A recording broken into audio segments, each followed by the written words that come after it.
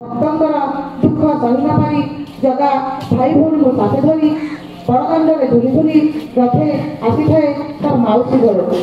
ମାଉସୀ ମା ହାତରୁ ପୋଡ଼ପିଠା ଖାଇ ପୁନର୍ବାର ଭକ୍ତମାନଙ୍କୁ ଦର୍ଶନ ଦେଇ ବାହୁଡ଼ି ଯାଏ ତାର ବଡ଼ ଦେଉଳକୁ। ଏହିପରି ଏକ ସୁବର୍ଣ୍ଣ ମୁହୂର୍ତ୍ତ ଆଷାଢ଼ର ଅନ୍ତିମ ବିଦାୟ ସହ ଶ୍ରାବଣର ଆଗମନ ମନରେ ଭରି ଦେଇଛି ଅସୀମରି ଆଶା ଓ ଆକାଂକ୍ଷା।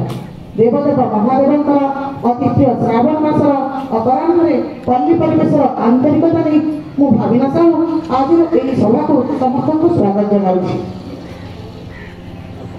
ବର୍ତ୍ତମାନ ଆମର ମୁଖ୍ୟ ଅତିଥିଙ୍କ କରକମଳରେ ଶ୍ରୀ ଜଗତରନାଥ ଜଗନ୍ନାଥଙ୍କ ପଦାରବିନ୍ଦରେ ଭକ୍ତି ପୁଷ୍ପ ଅର୍ପଣ କରି ପ୍ରଦୀପ ପ୍ରଜ୍ୱଳନ କରି ସଭାକୁ ଆନୁଷ୍ଠାନିକ ଭାବେ ଉଦ୍ଘାଟନ କରୁଛନ୍ତି।